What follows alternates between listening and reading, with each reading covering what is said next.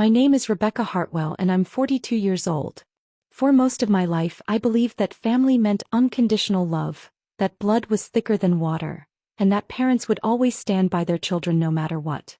I grew up in a modest two-story colonial house in Westchester County, New York, where the autumn leaves turned brilliant shades of amber and crimson every October, and where the smell of my mother's apple pie would drift through the neighborhood on Thanksgiving morning. The house had white wooden siding that my father repainted every 3 years like clockwork, a wraparound porch with a swing that creaked in the summer breeze, and a backyard where my younger brother Ethan and I used to build snow forts during those brutal northeastern winters when the temperature would drop below freezing and the world would turn into a silent, white wonderland. My childhood was picture-perfect on the surface, the kind you'd see in a Norman Rockwell painting, but beneath that carefully maintained exterior, there were cracks that would eventually split my family apart in ways I never could have imagined.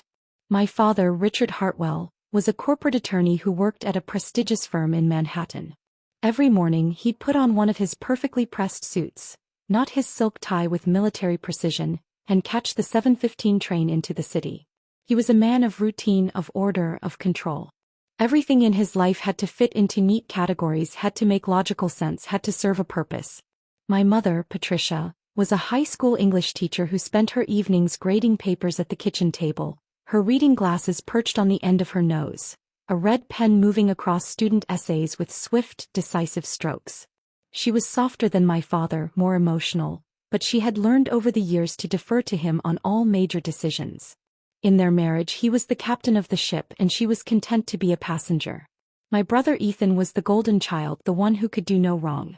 He was 3 years younger than me, charming and athletic, with my father's sharp features and my mother's warm smile. He played varsity football in high school, got accepted to Princeton, and eventually followed in my father's footsteps by going to law school and joining a firm in Boston. I, on the other hand, was the disappointment. I was never quite what my parents wanted me to be. I was artistic, dreamy, more interested in painting and poetry than in the practical pursuits my father valued. I went to a small liberal arts college in Vermont instead of an Ivy League school, which my father saw as a waste of potential. I majored in fine arts, which he called a hobby, not a career. And then, when I was 25, I made the decision that would ultimately sever the fragile thread connecting me to my family. I fell in love with a woman named Sarah Chin. She was a photographer I met at an art gallery opening in Brooklyn, with long black hair that fell past her shoulders, intelligent eyes that seemed to see right through all my defenses, and a laugh that made me feel like I was home. We moved in together 6 months after we met, into a tiny apartment in Park Slope with exposed brick walls, creaky hardwood floors, and windows that looked out onto a tree-lined street where neighbors knew each other's names and local coffee shops served lattes with heart-shaped foam. I was happier than I'd ever been in my life. But when I told my parents about Sarah, when I brought her home for Christmas dinner and introduced her as my girlfriend, the temperature in that colonial house dropped faster than a January blizzard. My father didn't yell. That wasn't his style. Instead, he became cold, distant, his jaw tight as he carved the turkey with mechanical precision. My mother looked like she might cry, but she held it together, asking Sarah polite questions about her work while her hands trembled slightly as she passed the mashed potatoes. Ethan, who was home from law school, tried to lighten the mood with jokes that fell flat in the oppressive silence. After dinner, my father asked to speak with me privately in his study, that wood-paneled room lined with law books and framed diplomas that smelled of leather and old paper. He sat behind his mahogany desk, his fingers steepled in front of him like a judge about to deliver a verdict, and he told me that I was making a mistake, that this was just a phase, that I needed to think about my future and what this choice would mean for the family's reputation. I told him it wasn't a choice, that this was who I was, that I loved Sarah and I hoped he could accept that. He looked at me with eyes that had gone flat and emotionless, and he said that if I insisted on continuing down this path, I would no longer be welcome in his home. My mother stood in the doorway, tears streaming down her face, but she said nothing. She didn't defend me. She didn't stand up to him. She just stood there, silent, and that silence hurt more than any words could have. I left that night with Sarah, driving back to Brooklyn through empty highways dusted with snow, my hands gripping the steering wheel so tightly my knuckles turned white. I told myself I didn't need them, that I could build my own life, my own family, with people who loved and accepted me for who I was. And for a while I did. Sarah and I got married in a small ceremony in Central Park on a perfect spring day when the cherry blossoms were in full bloom and the air smelled like hope and new beginnings. We had about 30 friends there, people from the art community, fellow photographers and painters and writers who understood what it meant to live authentically even when the world pushed back. My parents weren't there. Ethan sent a card with a generic congratulations message but didn't attend. I told myself it didn't matter, that their absence was their loss, but late at night when Sarah was asleep beside me and the city sounds filtered through our bedroom window, I would lie awake and feel the ache of that rejection like a physical wound that never quite healed. Years passed. Sarah and I built a good life together. I worked as a freelance illustrator, creating artwork for children's books and magazine covers, while Sarah's photography career took off, her work appearing in galleries across the country. We bought a small brownstone in Fort Greene, spent weekends refinishing the floors and painting the walls in warm, inviting colors.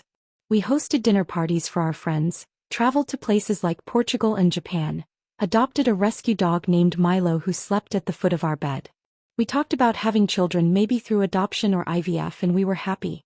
But there was always that empty space where my family should have been, that absence that showed up most acutely during holidays when I'd see other people posting photos with their parents and siblings, gathered around tables laden with food, faces glowing with love and connection.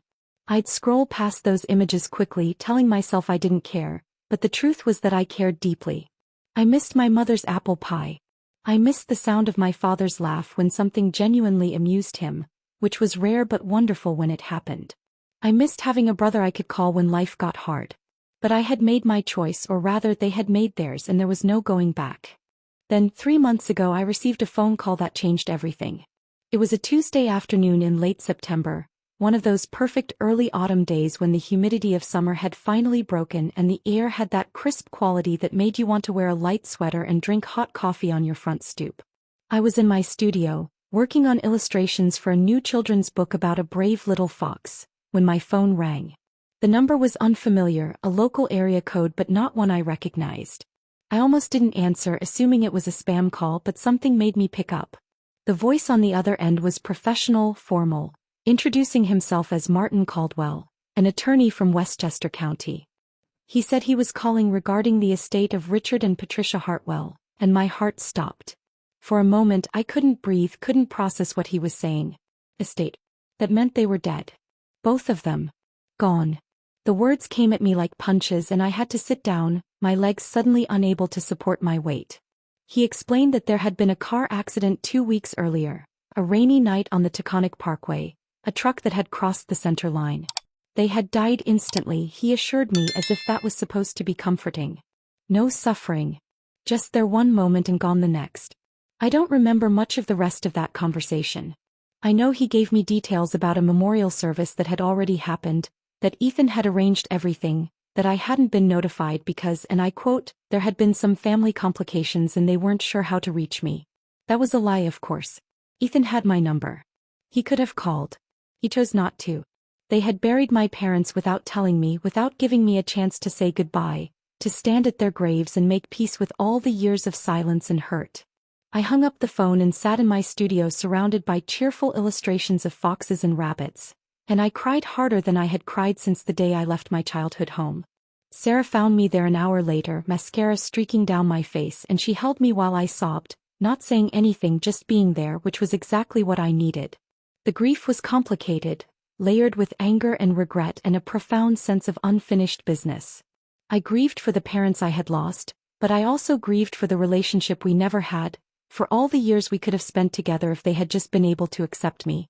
I grieved for the daughter I had been, the one who had tried so hard to make them proud, and for the woman I had become, who had learned to live without their approval but had never stopped wanting it.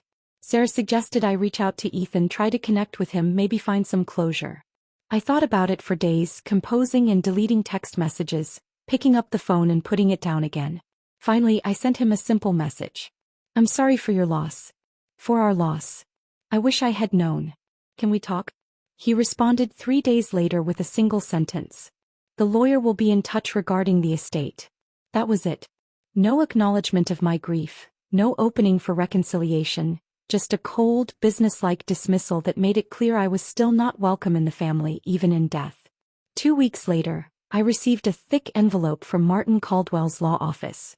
Inside was a copy of my parents' will, along with a cover letter explaining the distribution of their estate. I sat at my kitchen table with a cup of coffee growing cold in front of me, and I read through the legal language, the whereas and heretofore and other formal terms that lawyers use to make simple things sound complicated. And then I got to the part that made my blood run cold. My parents had left everything to Ethan. The house in Westchester, the vacation property in the Adirondacks, their retirement accounts, their life insurance policies, their personal belongings, everything. My name appeared exactly once in the entire document in a section that stated in clear, unambiguous language that I was being intentionally excluded from the will, that this was not an oversight but a deliberate decision, and that I was to receive nothing. Not a single photograph, not a piece of jewelry, not even a token acknowledgement that I had once been their daughter. They had erased me legally and completely as if I had never existed.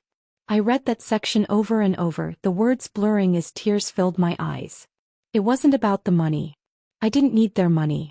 Sarah and I were doing fine financially. It was about what it represented, the final, ultimate rejection, the last word in a conversation that had ended years ago. Even in death they couldn't forgive me for being who I was. Even in death they chose Ethan over me, chose their prejudice over their daughter. I felt something break inside me that day, some last fragile hope that maybe, somehow they had regretted the estrangement, that maybe in their final days they had thought of me with love instead of disappointment. But no. They had taken the time to explicitly write me out of their will, to make sure there was no ambiguity, no room for me to claim even the smallest piece of the life we had once shared. It was cruel in a way I hadn't thought them capable of, and it ignited something in me that I hadn't felt in years. Anger. Pure, white-hot anger that burned away the grief and left something harder in its place. I called the lawyer Martin Caldwell and asked to meet with him in person. He seemed surprised but agreed, and the following week I drove up to Westchester, back to the county where I had grown up, where every street corner held memories I had tried to forget. His office was in a modern building near the courthouse, all glass and steel, so different from the old colonial architecture I associated with this area. He was a man in his 60s with silver hair and a kind face, and he seemed genuinely uncomfortable as he invited me into his office and offered me coffee, which I declined. I asked him to explain the will to me, to tell me if there was any way to contest it, any legal grounds I might have. He shook his head slowly, sympathy in his eyes, and explained that the will was airtight. My parents had been very clear about their intentions, had updated the will just 2 years ago with the explicit exclusion clause, and there was no ambiguity that could be challenged in court. He said he was sorry that he had advised them against such harsh language, but they had insisted. My father, he said, had been very firm about it. Of course he had. Control even from beyond the grave. I sat in that office, looking out the window at the parking lot below where leaves were starting to fall from the trees, and I made a decision. If my parents wanted to play games, if they wanted to make their final act on this earth a statement of rejection, then I would respond in kind. I would send them a gift, something that would make everyone involved in this estate understand exactly what they had done, exactly what they had thrown away. I thanked Martin Caldwell for his time, shook his hand, and walked out of that office with a plan forming in my mind. It took me 3 days to put it all together, 3 days of going through old boxes in our basement, scanning documents, writing and rewriting a letter until I got the tone exactly right. And then I sent it. I sent a package to Martin Caldwell's office, marked for the attention of the estate of Richard and Patricia Hartwell, to be opened in the presence of all beneficiaries. I sent it via certified mail so I would know exactly when it arrived, and then I waited. The package arrived on a Thursday morning. I know because I tracked it obsessively, refreshing the delivery page every few minutes like a teenager waiting for a text from a crush. Delivered at 10:32 a.m., signed for by a receptionist named Linda. I imagined it sitting on Martin Caldwell's desk, this innocuous brown package, waiting to detonate like a bomb. I had included a note requesting that it be opened during the formal reading of additional estate documents, which I knew was scheduled for the following week. Ethan would be there. The lawyer would be there. And they would open my gift. Inside the package was a leather-bound album, the kind you might use for a wedding or a baby's first year. But this album told a different story. It was a comprehensive documentation of my life over the past 17 years, the years since I had been cut off from my family. Every page was carefully curated, every photograph chosen for maximum impact. There were pictures from my wedding to Sarah, both of us in white dresses, holding hands under a canopy of cherry blossoms, our faces radiant with joy. There were photos of our home, the brownstone we had lovingly restored, room by room, turning it into a space filled with art and light and love. There were images from our travels, Sarah and I standing in front of the Eiffel Tower, hiking through the mountains of New Zealand, exploring temples in Kyoto. There were pictures of my artwork, illustrations that had been published in award-winning books, gallery shows where my paintings had sold for thousands of dollars. There were photos of us with our friends, hosting Thanksgiving dinners where our chosen family gathered around a table laden with food, faces glowing with genuine affection and acceptance. But the most important part of the album was the last section. Because 3 years ago Sarah and I had adopted a daughter. Her name is Lily, and she came to us when she was 6 months old, a tiny, perfect miracle with Sarah's dark hair and eyes that seemed to hold the wisdom of the universe. We had gone through months of paperwork, home studies, interviews, all the hoops that adoptive parents have to jump through, and when they finally placed her in our arms, I felt a completeness I had never known was possible. Lily was 3 now, a bright, curious, joyful little girl who loved dinosaurs and painting and asking endless questions about how the world worked. She called me Mama and Sarah Mommy, and she had no idea that her grandparents had never met her, that they had died without knowing she existed. The last pages of the album were filled with photos of Lily. Lily taking her first steps. Lily on her first day of preschool wearing a backpack almost as big as she was. Lily blowing out candles on her birthday cake, her face lit up with wonder. Lily asleep in my arms, peaceful and trusting and loved beyond measure. And on the very last page I had included a letter. The letter was addressed to my parents even though they would never read it. It was for Ethan, for the lawyer, for anyone who had been complicit in my erasure. It read, "Dear Mom and Dad, this is your granddaughter Lily Rose Hartwell. She is 3 years old. She loves books and art and music. She is kind and funny and smart. She is the best thing that has ever happened to me, and you will never know her. You made a choice 17 years ago to reject me because of who I love, and you made that choice again when you wrote your will, making sure that even in death your disapproval would be clear. But here's what you need to understand. I didn't need your money. I didn't need your house or your possessions. What I needed was your love, your acceptance, your presence in my life. And you couldn't give me that. So instead I built my own family, my own life, filled with people who love me unconditionally. I have a wife who is my partner in every sense of the word. I have a daughter who will grow up knowing that love is love, that family is what you make it, that being true to yourself is more important than conforming to someone else's expectations. I have a career I'm proud of, a home filled with warmth and laughter, and a community that supports me. I have everything that matters. And you missed all of it. You missed my wedding. You missed the birth of your granddaughter. You missed 17 years of my life because you couldn't see past your own prejudice. This album is my gift to you, a glimpse of what you threw away. I hope it was worth it. I hope your principles kept you warm at night. I hope your disapproval was more satisfying than having a relationship with your daughter and granddaughter. Because this is what you chose. This is what you gave up. And you can never get it back. Goodbye, Mom and Dad. I forgive you, but I will never forget. Your daughter, Rebecca." I later learned what happened when they opened that package because Martin Caldwell called me 3 days after the scheduled meeting. His voice was shaky, uncertain, so different from the professional tone he had used in our previous conversations. He said he needed to speak with me, that something had happened during the estate proceedings that required my attention. I agreed to meet him again, and this time when I walked into his office he looked like he had aged 10 years. He asked me to sit down, offered me water, which I accepted because my mouth had gone dry with anticipation. And then he told me what had happened. He had opened the package as I had requested, in the presence of Ethan and 2 other relatives I barely remembered, distant cousins who had apparently been named as minor beneficiaries in the will. He had pulled out the album, confused at first about what it was, and then he had started going through it page by page. He said the room had gone completely silent as they looked at the photographs, as they read the letter. Ethan, he said, had gone pale, his hands trembling as he turned the pages, seeing his niece for the first time, realizing what he had missed, what the family had lost. One of the cousins had started crying. And Martin Caldwell himself had felt something he rarely felt in his decades of practicing law. He had felt complicit in a profound injustice. He told me that after they finished looking at the album, Ethan had stood up without a word and walked out of the office. He had left the building, gotten in his car and driven away. The cousins had stayed, asking questions, wanting to know more about me, about my life, expressing shock and dismay that they hadn't known any of this. Martin Caldwell had tried to continue with the estate proceedings, but the energy had shifted, the routine business of distributing assets suddenly feeling hollow and wrong. He said he had gone home that night and couldn't sleep, kept thinking about the photos of Lily, about the life I had built, about the cruelty of that exclusion clause he had helped draft. And then 2 days later Ethan had called him. Ethan wanted to contest the will. Not to take anything away from himself but to add me back in.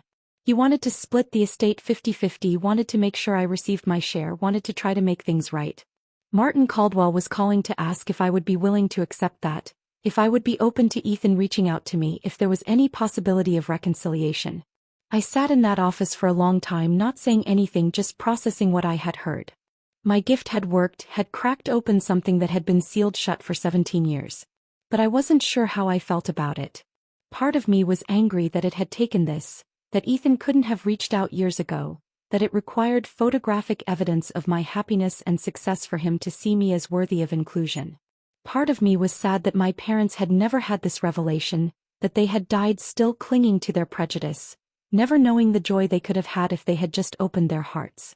And part of me, a small but growing part, was hopeful. Hopeful that maybe it wasn't too late, that maybe Lily could know her uncle, that maybe I could have some piece of my family back, even if it was just a fraction of what it should have been. I told Martin Caldwell that I needed time to think, that I would need to talk to Sarah, that this wasn't a decision I could make in a moment. He nodded, understanding, and gave me his personal cell phone number, told me to call anytime, day or night. I left his office and sat in my car in that parking lot for almost an hour, watching the leaves fall from the trees, thinking about choices and consequences, about forgiveness and justice, about what it means to be family. That night I talked to Sarah. We sat on our back deck, wrapped in blankets against the October chill, drinking wine and watching Lily play in the yard with Milo, her laughter carrying on the evening breeze. I told her everything about the package, about Ethan's response, about the offer to split the estate. Sarah listened without interrupting, her hand warm in mine, and when I finished she was quiet for a long time. Then she said something that cut right to the heart of it. She said that money couldn't fix what had been broken, that no amount of inheritance could make up for 17 years of rejection. But she also said that people can change, that sometimes it takes a shock to wake someone up, to make them see what they've been blind to. She said that if I wanted to reach out to Ethan to see if there was any possibility of a relationship, she would support me. But she also said that if I wanted to walk away, to let the lawyers handle everything and never speak to him again, she would support that too. The choice, she said, was mine. And whatever I decided, we would face it together as we always had. I thought about it for days, weighing the options, playing out different scenarios in my mind.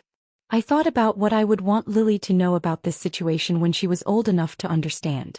Would I want her to see me as someone who held on to anger, who couldn't forgive, who let bitterness define me? Or would I want her to see me as someone who was willing to take a risk, to extend grace even when it wasn't deserved, to believe in the possibility of redemption? I thought about my parents, about the fact that they had raised me with certain values, had taught me about compassion and second chances, even if they hadn't been able to extend those things to me. I thought about the fact that Ethan was the only family I had left, the only person who shared my history, who remembered the same childhood Christmases and summer vacations and inside jokes that no one else would ever understand. And I thought about the fact that life is short, that car accidents happen on rainy nights, that people die without warning, and that regret is a heavy burden to carry. So I made my decision. I called Martin Caldwell and told him I would accept Ethan's offer, but on one condition. I wanted to meet with Ethan in person, just the two of us, before any legal documents were signed. I wanted to hear from him directly why he had changed his mind, what he was hoping for, whether this was just about guilt and money or if there was a genuine desire to rebuild some kind of relationship. Martin Caldwell arranged it, and 2 weeks later, on a gray November afternoon when the first snow of the season was starting to fall, Ethan came to Brooklyn. He stood on my front stoop, looking older than I remembered, lines around his eyes that hadn't been there before, his hair starting to gray at the temples. He was wearing an expensive wool coat and leather gloves, every inch the successful attorney, but his eyes were red-rimmed and uncertain. I invited him in, offered him coffee, and we sat in my living room, the room where Sarah and I had painted the walls a warm golden yellow, where Lily's toys were scattered across the floor, where our life was on full display. We talked for 3 hours. At first it was awkward, stilted, both of us dancing around the real issues, talking about safe topics like the weather and traffic. But gradually, slowly we started to go deeper. Ethan told me that he had always felt caught in the middle, that he had loved me but had also been afraid of losing our parents' approval, that he had taken the coward's way out by staying silent instead of standing up for me. He said that when he saw the album, when he saw the photos of Lily, something had broken open in him. He realized that he had a niece he had never met, that I had built this beautiful life without any of them, that the family had lost so much more than I had. He said he had spent the last 17 years telling himself that our parents were right, that I was the one who had made the wrong choice, but seeing the evidence of my happiness, my success, my family had shattered that narrative. He said he was sorry, that he knew sorry wasn't enough, that he couldn't give me back the years we had lost, but that he wanted to try. He wanted to know me again. He wanted to know Sarah. He wanted to know Lily. He wanted to be an uncle if I would let him. I listened to all of this and I felt the anger I had been carrying start to loosen its grip. I told him that I appreciated his honesty, but that trust would have to be rebuilt slowly, that I couldn't just flip a switch and pretend the last 17 years hadn't happened.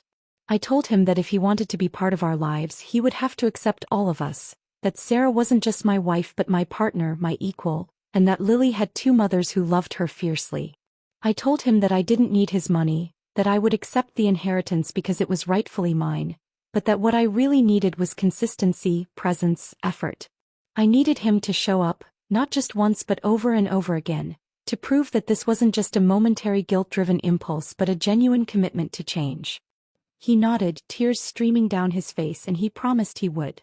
He promised he would do better, be better, that he would spend the rest of his life trying to make up for the years he had wasted. And then, in a moment that felt both surreal and inevitable, he asked if he could meet Lily. I called Sarah, who had taken Lily to the park to give Ethan and me space to talk, and asked them to come home. When they walked through the door 20 minutes later, Lily's cheeks pink from the cold, her hand tucked into Sarah's, I saw Ethan's face transform. He looked at this little girl, this perfect combination of both her mothers, and I saw him see our father's eyes, our mother's smile, the genetic echo of the family he thought he had lost. Lily, being 3 and fearless, walked right up to him and asked who he was. I knelt down next to her and said, "This is your uncle Ethan. He's my brother." And I watched as Ethan crouched down to her level, his expensive coat forgotten, and introduced himself to his niece for the first time. She asked him if he liked dinosaurs because that was the most important question in her world, and when he said yes, she grabbed his hand and dragged him over to her toy box to show him her collection. And I stood there with Sarah's arm around my waist, watching my brother play with my daughter, and I felt something I hadn't felt in 17 years. I felt like maybe, just maybe, we could be a family again. Not the same family we had been, not the family my parents had wanted, but a new family built on acceptance and love and the hard work of forgiveness. The legal proceedings moved forward. Ethan insisted on splitting everything 50-50, despite my protests that I didn't need it. He said it wasn't about need, it was about what was right, about correcting an injustice, about honoring the sister he should have stood up for years ago. We sold the house in Westchester, neither of us wanting to keep it, too many painful memories embedded in those walls. The vacation property in the Adirondacks, we decided to keep jointly, thinking maybe it could be a place where our families could gather, where Lily could run through the woods like Ethan and I had done as children, where new memories could be made to replace the old ones. The money from the estate was substantial, more than I had expected, and Sarah and I decided to use part of it to start a foundation, a non-profit that would provide support and resources to a youth who had been rejected by their families. We would call it the Lily Foundation, named after our daughter, and it would be our way of turning pain into purpose, of making sure that other kids didn't have to go through what I had gone through, that they would have a safety net, a community, a place to belong even when their own families turned their backs. Ethan became a regular presence in our lives. He came to Brooklyn every few weeks, bringing gifts for Lily, asking Sarah about her photography, genuinely trying to build relationships with all of us. It wasn't always easy. There were moments when old resentments would surface, when I would remember all the times he could have called and didn't, all the years he chose our parents over me. There were moments when I would see him with Lily and feel a flash of anger that my parents had never had this, had never known this joy because they were too stubborn and too prejudiced to bend. But there were also moments of grace, moments when I would see Ethan making a genuine effort, when he would ask thoughtful questions about our lives, when he would show up for Lily's preschool performances and birthday parties, when he would slowly, painstakingly, prove that he meant what he said about doing better. And in those moments I would choose forgiveness. Not because he deserved it, not because it erased the past, but because holding on to anger was exhausting, and because I wanted Lily to grow up in a family where love was stronger than hurt, where people could make mistakes and still find their way back to each other. The album, the gift that had started all of this, now sits on a shelf in Ethan's apartment in Boston. He told me that he looks at it sometimes, especially on hard days, to remind himself of what's important, of what he almost lost forever. He said it's the most valuable thing he owns, worth more than any inheritance, any possession, any achievement. And I believe him. Because that album wasn't just a collection of photographs. It was a testimony, a witness to a life lived fully and authentically despite rejection, despite pain, despite being written out of a will and a family. It was proof that love wins, that chosen family is just as real as blood family, that you can build something beautiful even when the people who were supposed to support you turn away. It was my final word in a conversation that had been one-sided for too long, and it changed everything. Now, almost 3 months after that package arrived at Martin Caldwell's office, I find myself in a place I never expected to be. I have my brother back, tentatively, carefully, but back nonetheless. I have financial security that will allow Sarah and me to do meaningful work through the foundation. I have a daughter who is starting to know her uncle, who asks when Uncle Ethan is coming to visit, who draws pictures for him that he hangs on his refrigerator. I have a wife who stood by me through all of this, who never wavered, who reminded me of who I was when I was in danger of losing myself to bitterness. And I have peace, not the kind that comes from everything being perfect, but the kind that comes from knowing you stayed true to yourself, that you didn't let other people's limitations define you, that you built a life worth living even when the odds were stacked against you. My parents left me out of their will, tried to erase me even in death, but they couldn't erase what I had built, who I had become, the family I had created. And in the end, that gift I sent, that album full of love and life and proof of my existence, it didn't just make their lawyer panic. It made my brother wake up. It made distant relatives question what they thought they knew. It made everyone involved in that estate understand that exclusion has consequences, that rejection leaves scars, but that those scars don't have to define you. You can heal. You can thrive. You can build something beautiful out of the ashes of what was lost. And sometimes, if you're very lucky, you can even find your way back to the people you thought were gone forever. If you stayed with me through this whole story, through all the pain and the anger and the hope, I'm grateful. Stories like this aren't easy to tell and they're not always easy to hear, but I think they matter. If this one resonated with you, if something in Rebecca's journey felt familiar or gave you something to think about, leave a comment and let me know. Just write, "I stayed until the end, so I know you were here." It means more than you might think to know that these stories are reaching people, that they're creating some kind of connection in a world that can feel pretty isolating sometimes. This channel exists because I believe in the power of emotional storytelling, in sharing experiences that remind us we're not alone in whatever we're going through. If that's something you want more of, go ahead and subscribe. There are more stories coming, more journeys like Rebecca's that explore what it means to be human, to struggle, to choose forgiveness or justice or something in between. And if this story moved you at all, a like would help it reach others who might need to hear it. Sometimes the right story finds you at exactly the right moment, and maybe this can be that for someone else. There's another story waiting for you. One about a woman who discovered a secret that unraveled everything she thought she knew about her marriage. It's already queued up for you to watch next.